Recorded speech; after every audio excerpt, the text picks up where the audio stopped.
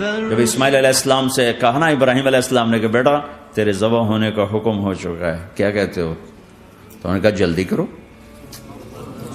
یا ابت افعل، یا ابت افعل، ابا جلدی کرو۔ تو ابراہیم سمجھے کہ شاید یہ پتہ نہیں چلا اس کہ بیٹا تمہیں خبر ہے میں کیا کہہ رہا ہوں؟ کہاں خبر ہے، بڑا اچھا سودا ہے، آپ کے بدلے میں اللہ مل جائے گا، اللہ آپ سے زیادہ بہتر ہے، دنیا کے بدلے میں جنت ملے گی، جنت دنیا سے بہتر ہے۔ پھر معصوم بچوں کو خیال، ہاں میری ماں کو ضرور تکلیف ہوگی، تو اپنا کرتا اتارا اور اپنے باپ کو دیا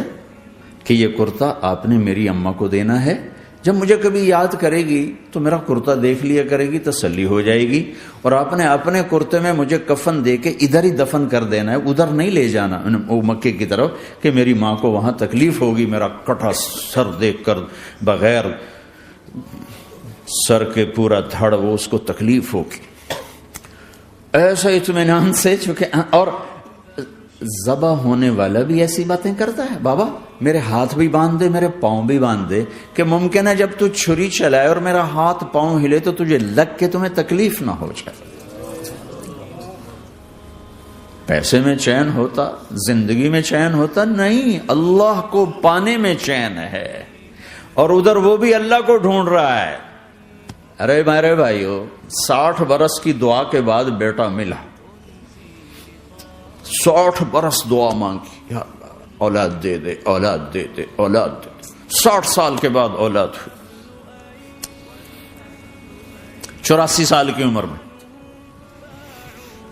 80 سے 84 برس کی عمر میں کے درمیان بچہ ہوا ہے۔ جب وہ 5 سے 10 سال کا ہوا ہے اور ابراہیم 90 کراس کر گئے، 90 کا بیریئر کراس کر گئے، جب مرغی کو ذبح کرتے بھی ہاتھ کانپیں، 90 برس 92 سال کا بڈھا تو مرغی نہیں ذبح کر سکتا، تو اس کو کہا جا رہا بچہ ذبح کر۔ مینا کے پہاڑ سختہ تاری ہے، ہوائیں تھم چکی ہے، سورج مدہوش ہو رہا ہے، آسمان کے فرشتے ٹکٹکی باندھ رہے ہیں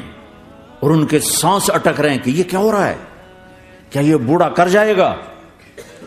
کیا یہ اپنے بچے پر چھری چلا جائے گا؟ باندھ رہے ہیں ہاتھ اور پاؤں، اور پھر بچے نے کہا تھا مجھے الٹا لٹانا، سیدھا نہ لٹانا، کہیں تیری نظر پڑے میرے چہرے پر اور پھر تو رک جائے، نہیں نہیں نہیں، سیدھا الٹا۔ تلہ للجبین، اسماعیل کی وصیت کو قرآن نے بیان کیا، ماتھا ہے ان کے گھٹنے کو ان کی کمر پہ رکھا اور ایسے سر کے بال پکڑے، ایک ہاتھ میں چھری، ایک ہاتھ میں سر کے بال، اور یوں آسمان کو دیکھا، یوں تھوڑا سا اوپر اٹھایا نا تاکہ نیچے سے چھری چلائے۔ وہ چھری چلا کے مطمئن ہے، وہ چھری چلوا کے مطمئن ہے، پتہ چلا کہ میری سوچ غلط ہے، کسی اور طرف سکون ہے، جہاں میں ڈھونڈ رہا ہوں وہاں نہیں ہے،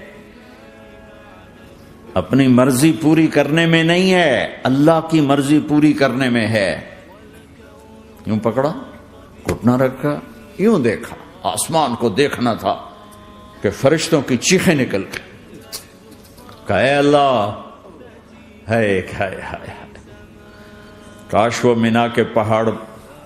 ہوتے جہاں یہ قصہ ہوا، اب تو حاجیوں کی وجہ سے انہیں توڑنا پڑا۔ اے اللہ، کیا تو مجھ سے ناراض ہو گیا ہے؟ تو یہ سمجھتا ہے کہ اسماعیل کی محبت میرے دل تجھ سے زیادہ ہوگی؟ نہیں، میرے اندر تو ہی تو ہے، تیرے سوا کوئی نہیں ہے، اور اگر کوئی میرا تو نے امتحان لینا ہے میں حاضر۔ ایک اسماعیل کیا لاکھوں قربان ہو سکتے، چھری چلاتی۔